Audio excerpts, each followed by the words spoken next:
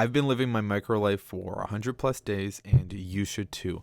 Let's first get into what is my micro life. My micro life is consistent of three routines: working out, journaling, and organization. I've been documenting them on my YouTube channel. As you can see, the videos in my channel, you can take a look. I've been showing the progress of my daily micro life habits, and I want to share why you should do it too, because with these micro habits, it really exposes that thing that's in your subconscious. It says the quiet thing out loud.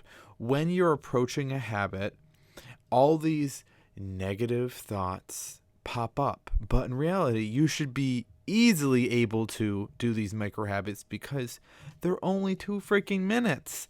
Why couldn't you just do it? It's only 2 minutes. But the negative self-talk saying, you're not good enough, you're not strong enough, it's a waste of time, why even bother? But with these micro habits, you have a reason why you're doing it. They don't have to be my micro habits. They can be whatever you want. Say you want to start drawing. Say you want to start writing. Say you want to start painting. Building these micro habits in your day will start developing this identity. Such a small identity during your day, but the goal is to slowly expand this micro life so that it becomes your main life. We are developing a long-term progress to becoming the person you want to be. And the way I've been doing it, the first month is 2 minutes, and then it's 3 minutes, then it's 4 minutes, then it's 5 minutes. So I've been progressively adding a minute every month. And one of the rules is for the first 2 months, 2 minutes and 3 minutes, you're going to have to stop at 2 minutes. You cannot continue. Based on my experience, whenever I would say, oh, I'm only going to do 2 minutes, and if I don't feel like it, I'm going to stop.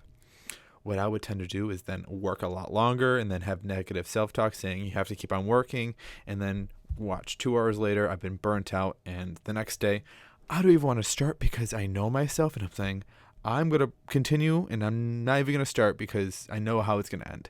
So we're practicing stopping. You have to learn to stop one habit.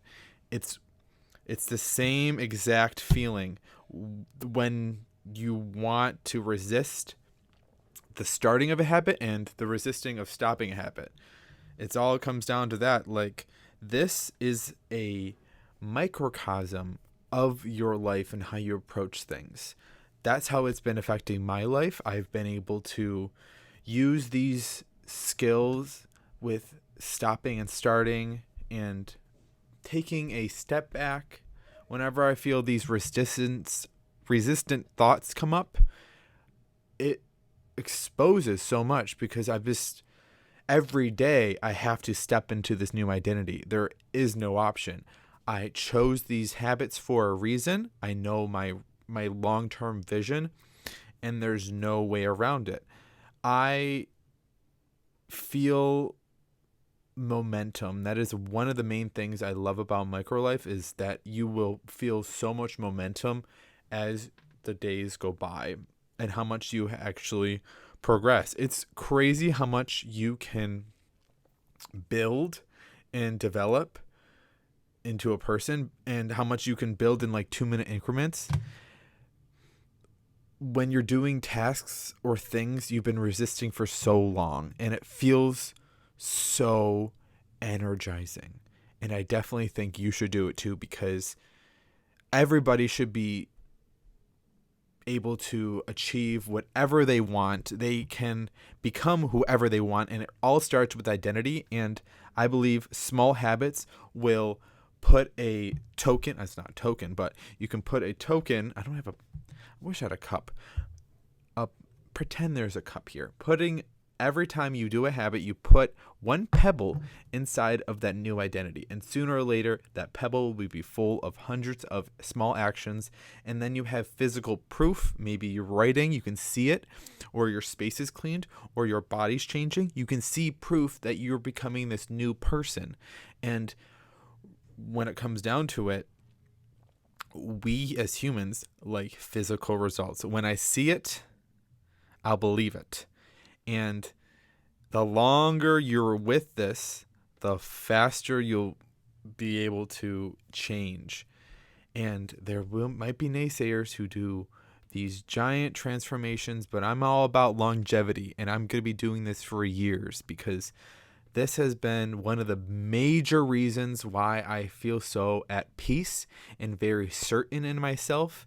And it's a lot of just self-love and developing a sense of worthiness. All of those things, many of them will come up and they'll rear their ugly face in you and realize, wow, I've been neglecting this part of me, and I've been fighting my own self because I believe I'm not good enough. So we're ending that with our micro life so that it becomes our main life. And you should start to, again, start with a 2-minute timer. It's 2 minutes.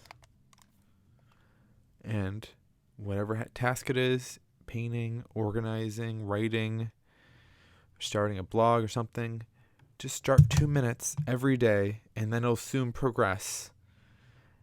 2 minutes doesn't seem like a lot, but it is a great start. Again, I would highly recommend learning to stop, doing it for 2 months, 2 minutes and 3 minutes, and then at 4 minutes, you can go a lot longer if you feel like. But I believe it's a great practice to learn to stop the momentum because you want to continue it the next day.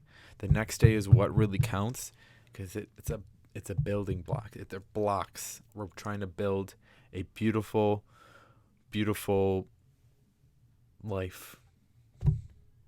Talk to you soon.